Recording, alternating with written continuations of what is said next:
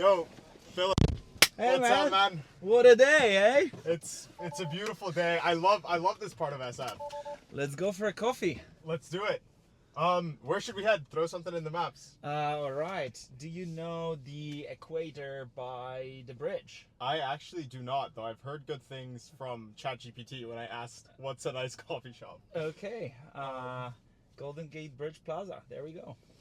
Dude, so one thing we both did when we were younger is we worked on AI products that helped people that are visually impaired. Oh, yeah. And we're both immigrants, so yeah, just... Do you know who I co-founded that with? I actually don't. Mati from 11 Labs. No way, that's super It's cool. a small world. Huh? Okay, so you guys have been doing this AI thing for a while. Yeah, I think I can say that I've started in 2015 on the AI trend. And then I looked around all these Web3 folks and I was like, what are you guys doing here? You know, everyone seemed to at some stage switch from Web3 to AI. Yep, I do love when people are working on AI products that were doing it before the big, ChatGPT blowing up Yeah, thing. The Web3 stuff I was never really into. I guess I never had that many magical moments with it in the same way where with AI you're just like, whoa, this is really cool. Tell me about what it was like when you first came to San Francisco from Poland. Oh God!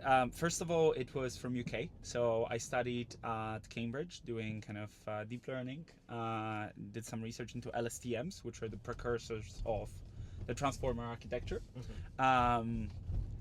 And I came here 2018, first time in America ever. $3,000 in my bank account, and lived in Tenderloin. Did not know that Tenderloin is a thing. I was like, well, that looks central. Everything is cheaper there. I made the exact same mistake where we were on Mason Street, which is the street that divides downtown and the Tenderloin. Okay. So it's like, it's basically downtown. The rent is so cheap. This is great. And then I started my first company. We were focusing on GPT-2 and BERT for augmenting human memory with always-on listening devices.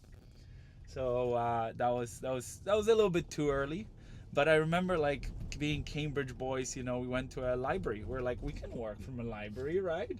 And I was like, who are these people and why is somebody shooting heroin in a cubicle next to me? And this being the first time I've ever been into America, I was like, that's not how it looks in movies. What were they working on? Were they YC founders? No. So I well, no, I'm kidding. Yeah, to be honest, it worked better than coffee because I was always thinking I'm gonna get stabbed with like some kind of infected needle. So every time I went to a toilet, I was like, whoa, I don't adrenaline. Yeah. For a fraction of a second there, I thought when you said it worked better than coffee, I thought you meant heroin, and I was like, I don't know if we should be recommending that to founders, but anything for the case of biohacking. I mean, I did hear of some founders who gave modafinil to their engineers. That's fucked up, man. Yeah, razotams, modafinil, so many things that Crazy. People are using as nootropics. A lot of the peptide stuff is pretty interesting. I got pulled over and had needles for peptides, and I had to explain to the police. I was like, "Oh, these needles are actually for peptides." They're like, "What are peptides?" I'm like, "They are these Russian proteins that improve your brain functioning." Fortunately, I didn't get into any trouble, but they were like, "Ugh, these SF people." Okay, I don't even know what peptides are, man. I've never injected myself with anything. So, do you do this? Do you like? Is there needles somewhere here? I decided maybe not have needles in the car. My really close friend Max is super into the longevity stuff, and Max from Superpower. Yes, exactly. I met him in LA. Oh, nice. Part of Launch House. Oh, awesome. I was hanging out a bit at the Superpower house in LA, but I'm a Superpower user actually. So. Oh, very cool. Shout out to them. Shout out to Superpower. It's a great product, and it helped me a lot with just optimizing my focus. Being super ADHD has been something that's been difficult for me, and I've been trying to find ways to work with it that are not just taking, microdosing meth, basically, via Adderall. Yeah. So, okay, you moved to San Francisco from the UK. You're living in the Tenderloin. I read in a Polish news interview that you did that you were bundling up towels and sleeping on those. Yeah. I remember when I moved out of Tenderloin. I was like, what the hell is going on? I moved to Potrero Hill, where two very nice engineers from Airbnb let me live in their kind of like tiniest possible room without a window. And I didn't have like, I was like, I would just sleep on some towels, because those it lasted for a very short amount of time, but it makes a good story. That's what it mostly was. Fair enough. And then, like, pretty quickly, some friends offered me to live at theirs, but it was definitely a cultural shock to me. I don't think we have that much homelessness especially in Poland, but in Europe overall. I think America has a much more individualistic culture. For sure. And it's great for business, but at the same time, it's like, that friendliness that Americans have towards pretty much anyone doesn't go that deep. I think in countries where we struggle, being Egypt or like Poland has a very turbulent history. There's something in our culture which is like, when I have friend, it's a very good friend, and he will help me anytime. Yes. And we in actually America, have a word for it in Egypt called gadana, which is like this concept of like incredible loyalty. Yes. And like servitude almost, like, this thing where we idealize service to your friends. And even though like that's not present in America, I think the trust that this particularly San Francisco has towards any founders, being open and giving and trusting and so on, is incredible for business. And I completely agree. Yeah, that's why this is the best place in the world to build companies. Absolutely, and I think even though on the broader scale, American culture in general is very individualistic, I think among founders you have quite a lot of collaboration, especially among founders who have immigrated or in some way had an experience similar to immigrating. You don't need to be the best friend of a guy you're doing a deal with, right? And I think that's kind of like, it goes very quickly to certain amount of trust. And I think that's kind of what makes it special, that like you can do business with pretty much everyone and nobody will treat you without trust, or will kind of try to figure out whether you're above them or they're above you. And there's this like weird power game in Poland. Every time you have a conversation, people are like, can I shit on you or can you shit on me? Like, what's the situation here? And that's not present in San Francisco, especially. Yeah, it's weird because people are more collaborative and in some ways willing to overlook the status games. But at the same time, I will say San Francisco has its own very niche, interesting status game. And that was a culture shock in and of itself. Did you have any experiences with that? It's almost like lame to show that you have cash or success, and everyone is like, the more humble you are as a billionaire, the more of a flex that is. And that's like quite interesting. You meet some billionaires and they're like, well, no, PMF not really there yet, and you're like, you're running one of the biggest companies in the world, and they're like, yeah, but Yeah, that is an extremely Silicon Valley thing, and I think it's gotten to the point where it's almost gone too far in the other direction, where talking about your frugality is a status signal in and of itself, which is kind of interesting. This is one of the cities where driving a Ferrari is extremely lame. If I would ever have an exit or whatever, I would get a Ferrari, but never drive it in San Francisco. That's so lame here. I think in Europe, in Italy, you're having a gelato, and you're like, okay, I'm driving a Ferrari. It's not a big deal. Yeah, 100%. But like here, it would be just lame. 100%. People would just be like, oh my god, like this is the flashiness is not respected here. But there's this whole other status game that does exist, whether it's on Twitter or knowing these like very niche tech celebrities.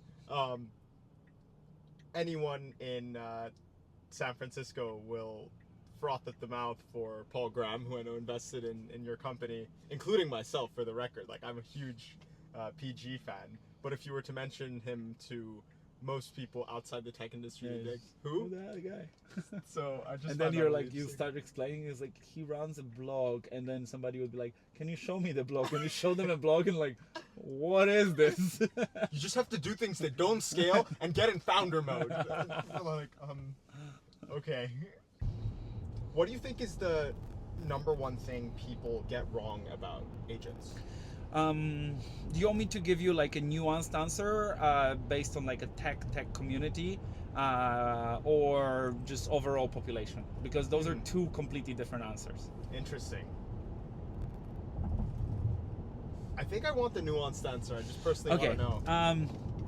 I think right now a lot of people are talking about the length of a task that an agent can complete. So, you know, how much would a human take to do that?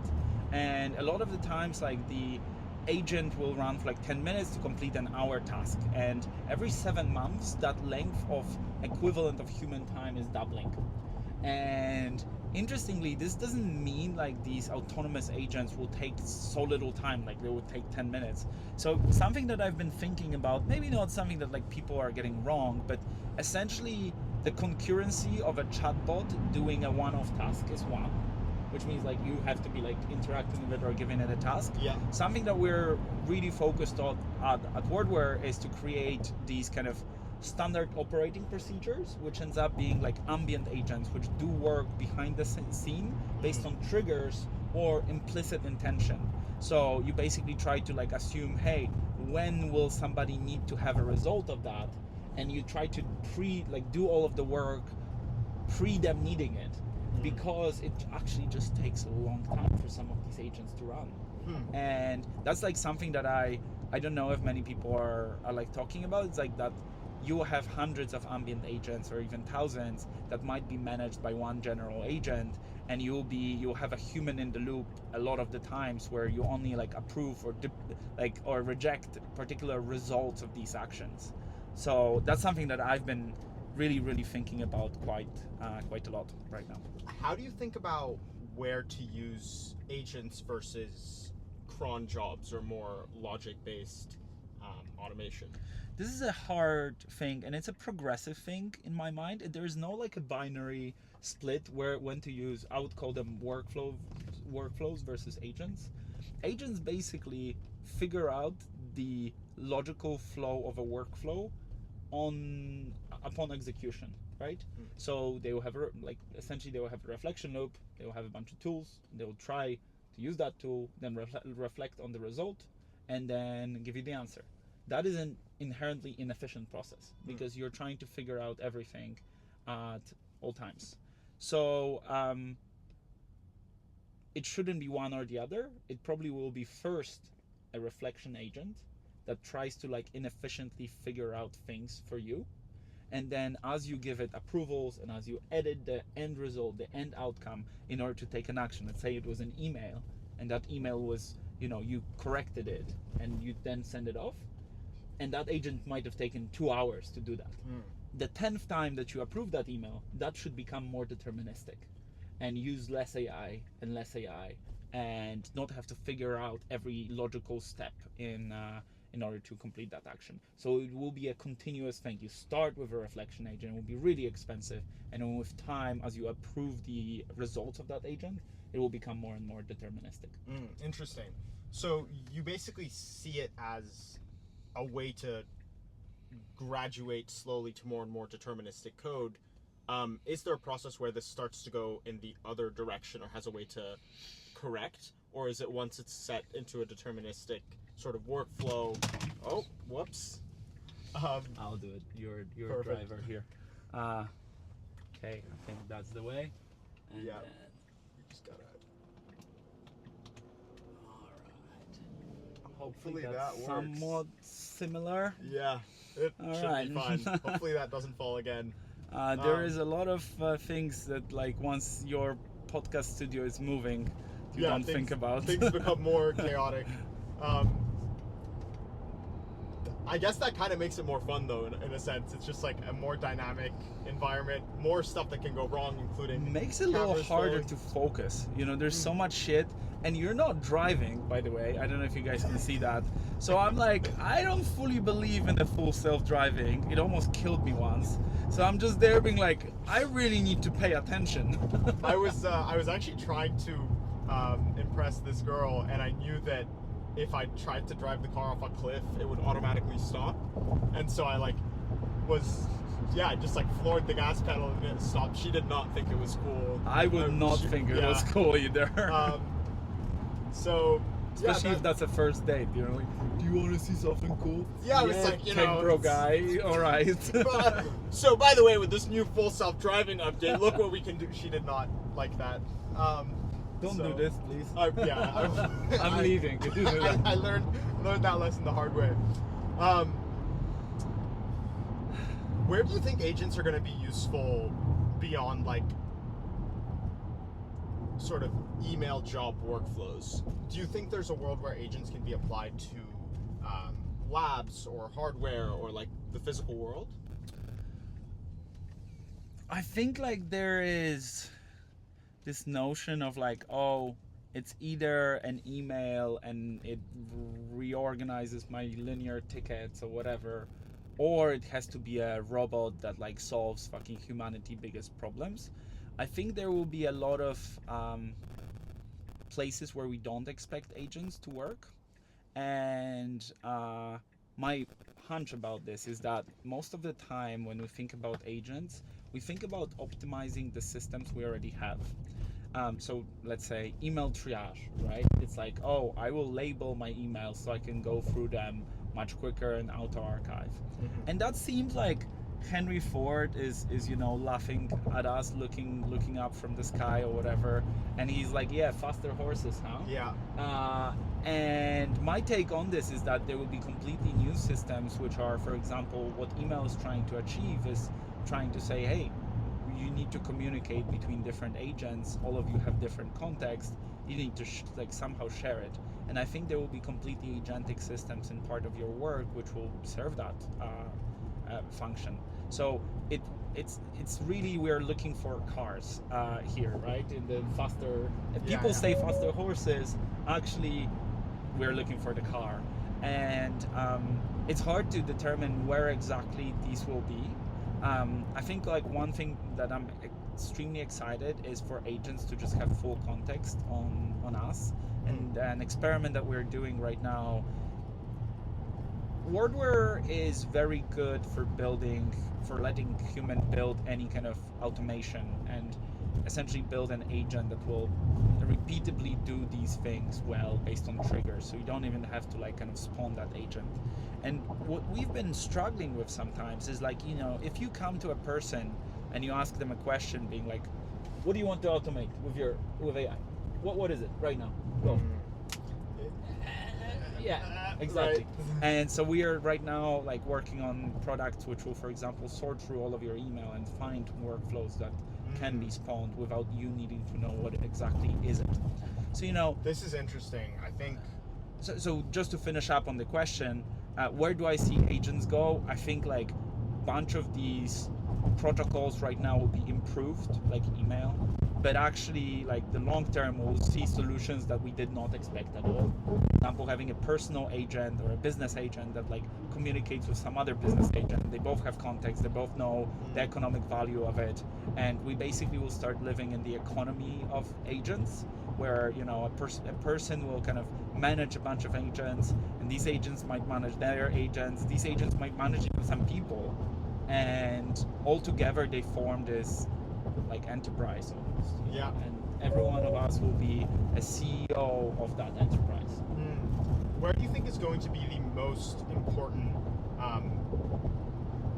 place for humans to be as agents get better and better? I think, you know, something that I've been pondering for a while is like, where does taste matter the most?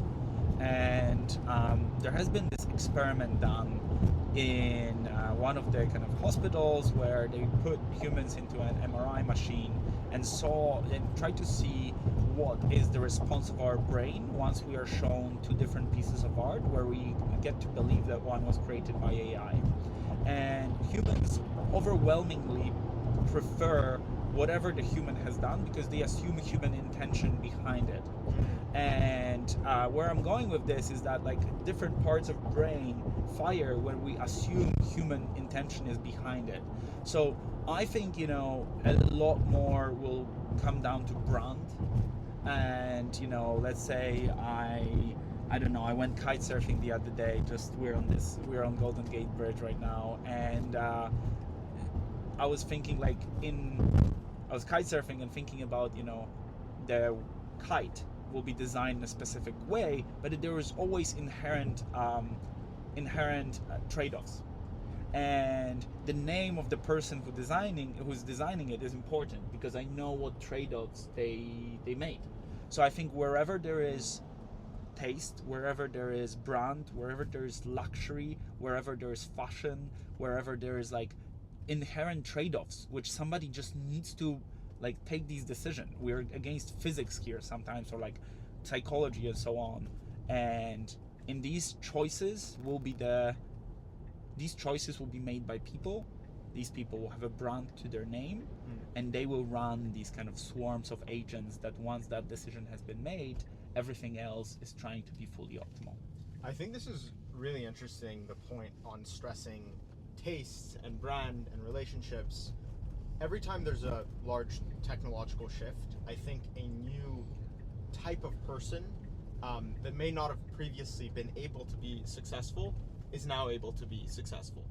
Maybe an analogy for this is, you know, our technical knowledge probably would not have been very useful a few thousand years ago. Yep. And as these platform shifts happen, new types of people are now a lot more empowered and a lot more, let's say, you know, useful to society or able to create things for the world. Who do you think is the next type of person that is going to be most empowered by agents and these tools in general? I think people who are by default creative and understand that taste factor of their work, like maybe, you know, designers being able to not need an engineering team and knowing exactly what needs to happen and building in that way. That sounds very reasonable to me. I think for now, a lot of people who are good at their job and are already managing some more junior employees are going to be suddenly able not to have 20 junior employees or 4, but hundreds. So a great example is coding, right? In coding right now, a lot of very senior engineers say, oh, AI is not that great actually in coding, because they have extremely high standards that they hold themselves to.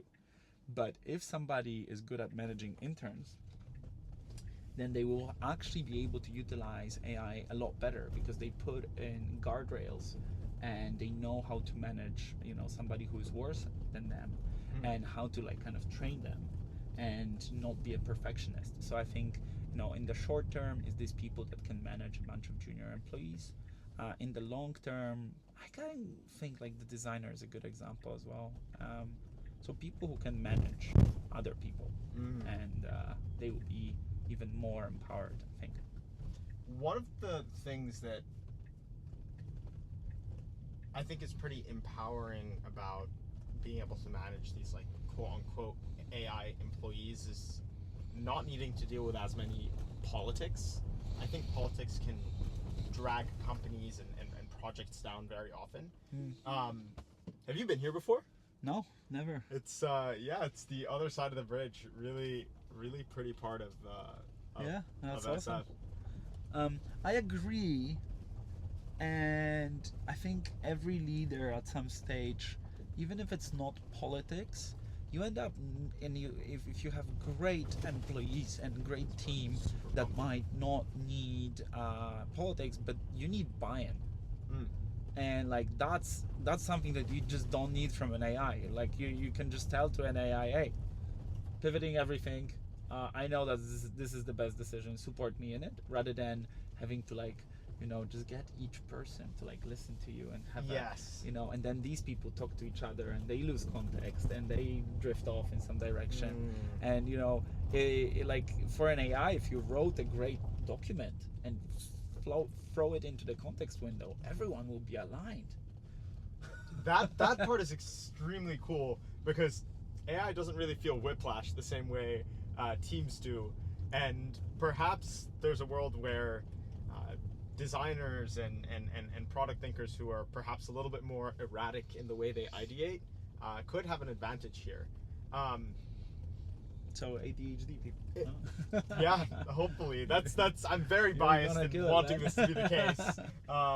But I have definitely felt it, man. It takes me a lot of work to like thoroughly respond to things, or to read long documents, or to neatly format things. It just feels like it takes me more effort than other people. Yep. And for those things to no longer be things I have to be. I'll let that cop go first. He didn't seem very happy with Bridge patrol. I did not know that that's a thing. There is a specific service that guards the bridge, I guess. Yeah. Do you have to head back to a meeting? I know you had an engineering call. No. I think we're good. Gotcha. Let me see. Where- What are the answer? I think we're good. I can be. Yeah. Cool. It's all good. I also don't have any. Perfect. Yes, we can head back to the city and. I would love to get a coffee at. Oh, let's do it. Yeah, let's go to Equator. We can go to Equator on Marina. Okay. Sounds good. The same Equator. That it would be not this one. Feel free we'll to throw it in. End the trip, and we'll go here, Equator to Marina Boulevard. There we go. That's my favorite coffee spot. And then from I've there, not been, but we'll I've be actually able heard good things. just go back to my office, and then we'll finish up like 1:20, 1:30, like Perfect. 1:45. Yep, that sounds great. From I'd love to hear previous, about some of the worst startup wounds you've experienced. Not love to hear, but I mean, I this went stuff through a co-founder split in my first company, and I think most people don't talk about this at all. But that is ridiculously common in San Francisco. It's one of the biggest killers of startups. Yeah. And just kind of my advice is like be friends before, or like do the job, do the work before you choose to marry somebody. Put yourself in some kind of really difficult situation. I don't know, like for me, I go mountaineering. Like go mountaineering with your potential co-founder. Put yourself in situations where like your life is a little bit on the line, and just see what that ends up being. What do you think are key things to test for to know that a co-founding relationship is likely to endure? I think you just really must enjoy being in difficult situations together. And that mountaineering idea is like probably wrong, but like take a bike and like for most people, but take a bike and like go on a 200 miles ride for 3 days. Pack a tent. See whether you enjoy being in hardships together, and whether you can make it fun, and whether you can like still laugh about it and enjoy the pain a little bit. I would say what we do is pretty masochistic, For sure. and you better get into it with a person you really enjoy doing it with. What do you think attracts people to doing this type of stuff if it's so painful? And arguably, for most people, it's not that rewarding.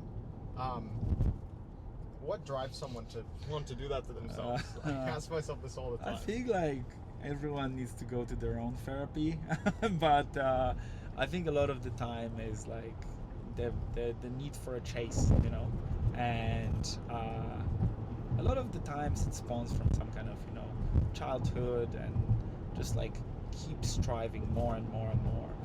I would say even though a founder's job is very like people think they would like to be founders, a lot of the times like they actually would hate it. I don't think that average happiness of a founder is high. I think it's way lower than most of society.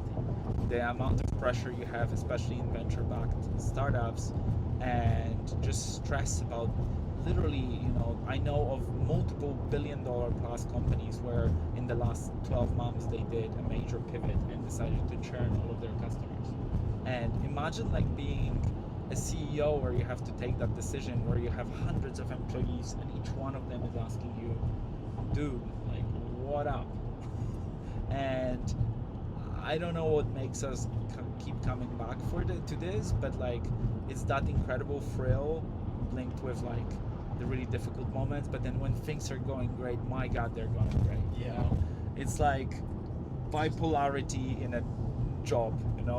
That's such a good way of explaining it. It's literally like you take your life and you just increase the amplitude. Yeah. And arguably, C is a negative value. Yeah, and when you have a partner or something, you just like literally come back on Monday and you're like, life is great. Like it's so cool. Tuesday you come back to home and you're like, everything is shit. I've heard and they're like, how could it have changed in 24 hours? And like, I know. So I don't know if I agree with 24 hours. Sometimes in one day, it's like the best and worst day at the same time. You're like one email away from something hugely positive happening or something hugely negative happening, and it's kind of gotten to the point where you just like refresh your email and you don't know what's gonna come. I don't look at my email that often nowadays. I like have a bunch of agents running, and like if something is very critical, it will send me a Slack message. Cool. So I look at emails like every 2 days nowadays. I noticed you have a pretty unique structure to the way you do your email. Do you want to talk a bit on that? I mean, where are you getting that info? It would be pretty funny if somebody would like prompt hack my email agent to like find out how it's implemented. Where are you getting this info from? Well, because that would be possible. I can show you some of the info that I got from. So you have your founder's email, which is a joint founders inbox. Yes, but I use it as a personal one. So then that's one way. It's like my founder's email. I probably shouldn't say because now it's fucked. But like most people email me at Filip at, and like I don't use that. That's just an alias. So I immediately know that this is bullshit. They guessed the email. So it's nice actually. And the rest of it is just I have a bunch of labels, and an agent goes through each one of new emails, and they label it, and they auto archive a bunch of stuff that like I get a lot of things from random recruiters and software houses. Those like I'm just not interested in any of these. I don't need to look at them at all. So they all go to archive, and then I have a priority seeking agent, which basically looks for things that like need to be signed on the day, or things from my lead investor, and just surface it to me either via Slack, or if it's like extremely urgent, I'll get a text message. And then when it surfaces it to you via Slack, are you able to actually respond to the emails in Slack? So this we're only implementing now. It is possible. I haven't done it. What it takes me to is just a link. I click on the link and it pops up there. Just for now, it was a better solution. Like you don't want to reinvent the wheel on some things, Yeah. But yes, very soon. Yeah, like I get a draft every time that it's prioritized, and like I can approve it there. But I end up editing most of the time. But it does pop a draft into. Each one of my emails I could show you has like 1,000 drafts, so if I go Gmail, you go here, and every one, this is the wrong, there we go. So you see that everything has a couple drafts. Oh, that's so very it's like interesting.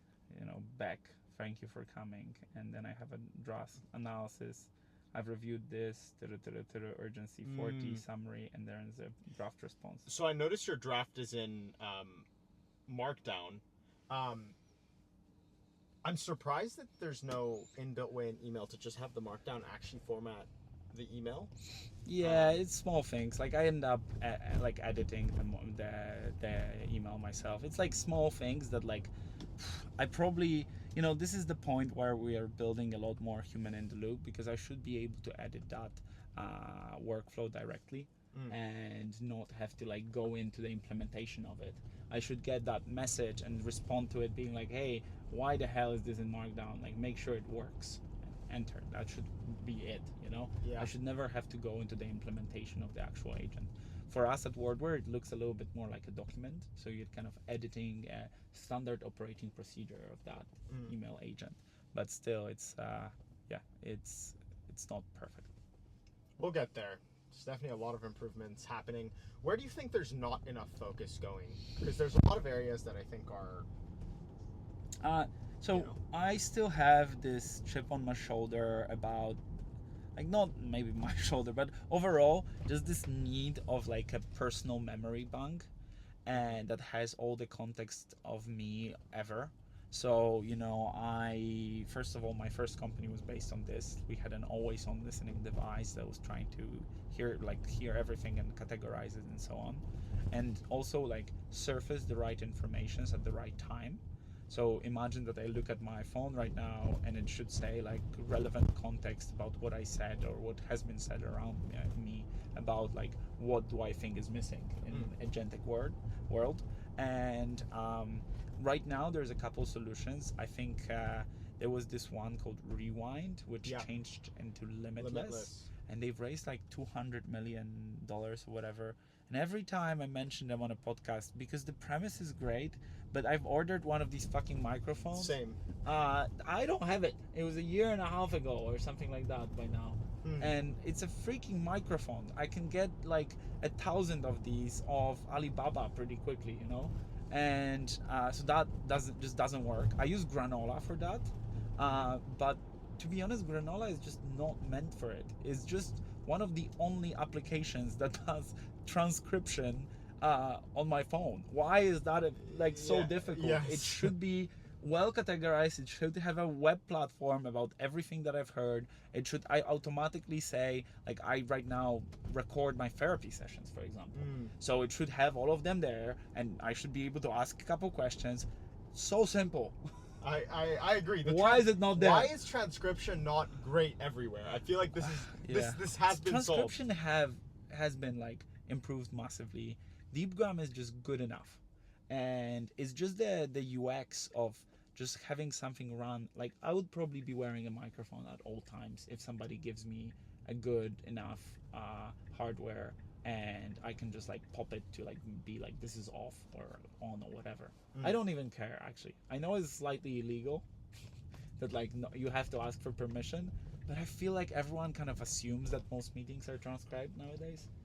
Yeah, I think if I were, not that I should be a policymaker, but my perception on recording should be everyone should be allowed to record everything, but you're not allowed to disseminate that recording or share with anyone without consent, nor should it be able to be used in like a legal context. Yeah, because it's basically memory. Like it's like, There is an interesting concept of if you do speaker diarization, you could just segment yourself, and that would be already useful. Whatever you say. True. And then I would discard anything that you say and just have LLM run it in a way that I can still categorize it and keep it in memory. But the big thing that's coming, hopefully, I don't know I kind of like it. My tech savvy heart would like an idea of AR glasses, but on the other hand, my like conscious human loving nature just tells me like, hey, this will kill humanity. Let's not have fucking reels running in the peripheral view of my eyes at all times to keep me engaged. That sounds horrible. That does sound horrible. If we would have good AR glasses that are like Jarvis style, then you can really have perfect memory and surface the right things to you at all times. It basically solves the problem of like knowledge, which would be crazy, yeah, the way to integrate that smoothly and in a way that doesn't obstruct reality is obviously the core challenge there. I hope we get to a world where as the amount of technology that we have increases, the amount of time that we spend interacting with our physical worlds and environments increases. I know you like to hike and you like mountaineering. I love to interact with people in real life. There was a portion of time where basically I would wake up, back-to-back Zoom calls every day, all transcribed, and obviously like people would know they were transcribed. Yep. And I'd meal prep, so everything was like super optimized, and then I would go to sleep and repeat and repeat. That's terrible, and repeat, huh? and repeat and repeat. And I was like, okay, so I'm basically You're not in a human, you're a robot. Yeah, I felt like an automaton, and Yeah. I even had like a virtual background that was optimized. Like I was like, this is. I started to do this thing. I don't know if anyone else came up with this concept, but I do. I consciously take some decisions which are not optimal, like tiny things, like like you're walking by or running and you like see a little path on the grass and like that could take you there faster, but you're like, no, I'm gonna go the long way. It's like tiny things that I try to like switch off that like hyper optimization thought in me. Because I do feel like like I have nostalgia for your European style of living. I just called my sister and she was just sitting there in like this little cafe in Portugal, and it was these dudes looking at people and just having a beer, and that doesn't like people watching, for example, that's not a thing in America. Yeah. It's like it requires a specific level of chill that we just Yes. don't have here. And I think like I've been speaking with somebody and I was like, look, I really have this nostalgia for a little bit of like a real freedom life where you don't try to be optimized everywhere on everything. And they said, yeah, you want European lifestyle but American results, and that's hard to come by. That sounds like the ideal outcome. I will say, I think people that are highly oriented towards optimization tend to only reach a local optima in terms of their success. Interesting. I think the reason for that is because optimization generally is grounded in logic, and with logic you can get pretty high. Yeah. But then for the major breakthroughs you need creativity, and creativity is inherently a very non-optimized process. I would agree. And so the long path, the synthesis of things that might not be connected can't really happen if you're living a hyper optimized rigid I would life. agree. Yeah. The best ideas you get is like when you're in a sauna, when you're not on a phone, and we're not thinking like very clearly about something. Or a lot of mathematicians have solved the biggest theorems when they were sleeping. I kind of have been comparing this to this mathematical concept of basically it's called random particle optimization, where imagine you have like a plane which has like little mountains on it, okay, and every time you drop a particle you try to use gradient descent, which is basically iteration, to get to the maxima of this little peak that you're on. But if you just would have thrown one, you would have found like this tiny peak, and then if you throw a bunch of them, and this is a concept that is used in real optimization, you might just find the global maxima, and it's interesting to sometimes be like, hey, we need to throw some more particles on this, more random. And a lot of the times where we are hiring people who have been in corporate for a little bit too long, they end up like saying, hey, we need to fully inform this decision, and we need to speak to 100 people, show it to them. I'm like, you know what, like vibes and intuition in a space I've been for 11 years, just better. Like once you think you landed on the right peak, even if you landed really low and you can see around there are higher peaks and you could just like take a hike and be here where there's 50 competitors, it's sometimes better to put in the work and really get to global maxima. But that random part, that intuition part, is extremely important. I completely agree, and I'm really excited for the world to shift more from, if you're familiar with like the explore versus exploit continuum, I think the Nash equilibrium right now is more oriented towards like exploitation or execution. True. That's where AI will be better than humans, probably. Yes, which means human input will likely be more exploratory versus execution oriented, and uh, exploration is inherently non-optimized. Yeah.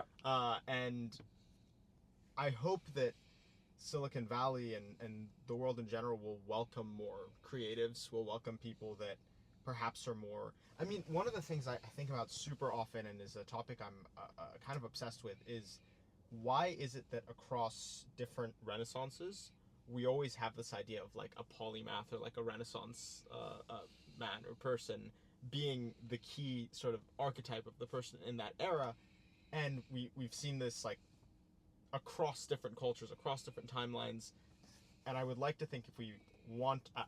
I don't know which comes first. Is it the Renaissance that leads to polymaths, or the polymaths that lead to a Renaissance? But I'm curious how you think about that, especially with respect to your own career and the whole like specialization versus. I don't want to call it generalization, but rather.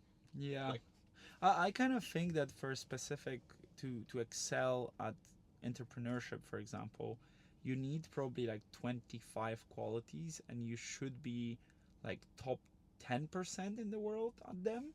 Maybe not like top 0.0001. You need probably one or two of these.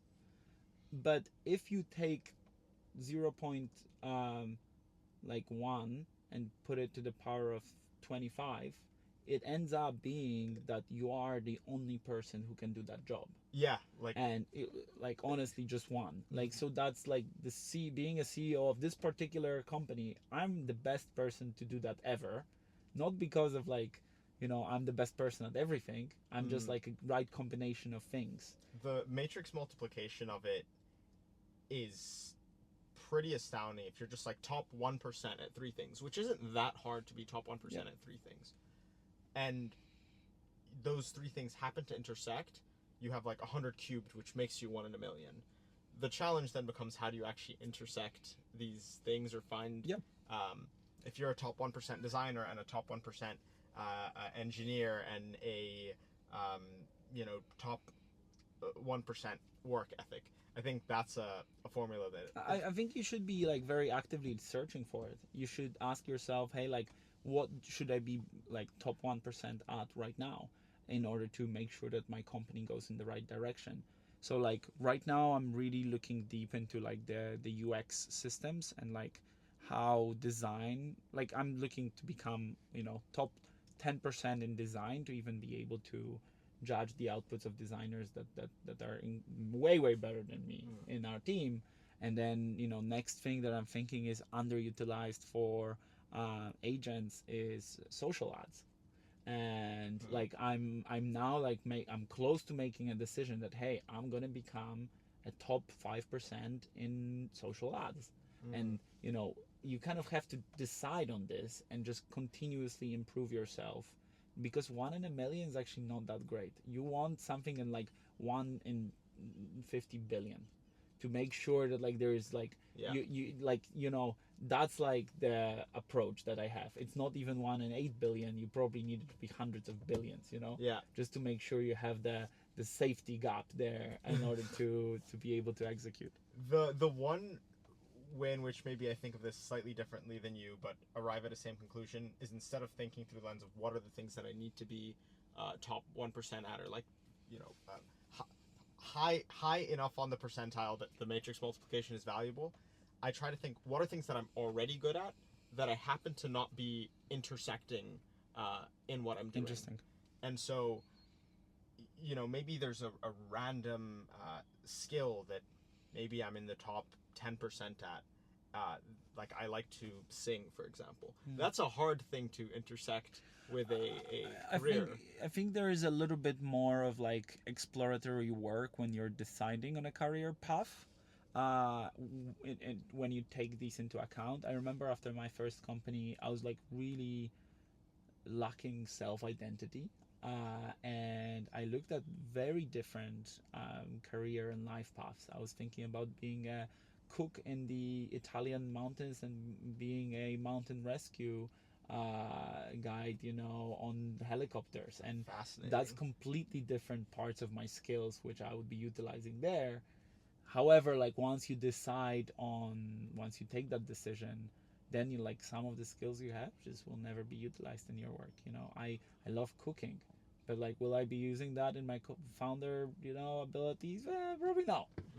There's no need to squeeze it in. Fair. Yeah, that's part of the challenge with it. But speaking of I guess this is not cooking. This is drinking. Let's get some coffee. Let's get some coffee. Yeah. We're Back. rolling. Coffee in hand. Let's do it. Alrighty.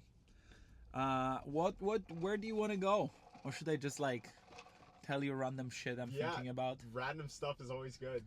More novelty.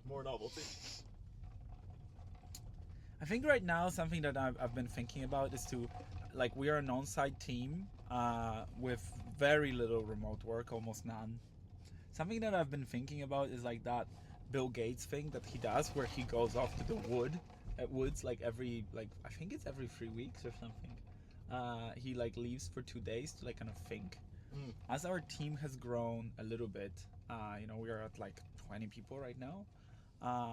I've been kind of feeling a little more of like managerial, not heaviness. I actually love the people we work with, but I'm just a little bit more struggling with time for myself. And I've been exploring these concepts of like a 6-week sprint and like trying to make sure that on like week 5 I'm not in the office at all, and I get to think about what should be the next 6-week sprint on, and then you split that 6-week sprint into 2-week sprints for tickets and so on. And something that I've been kind of thinking about is like, I'm pretty sure this will be better for me and the company, but also like you don't want to set like a double standard in a company. So I've been kind of like struggling with that thought. But on the other hand, most people that are on my team, it's not like we're still small enough that everyone wants my perspective on like something, right? So I don't know. This is the first time like I'm running a team that's not big at all, but like 20 people, it stops being like just a group of friends. It's still friends, but like you need a little bit more structure. Yes. It's been an interesting transition. That's interesting because you're like, this is what is likely best for me and the company, but you're thinking through the cultural implications of something like that.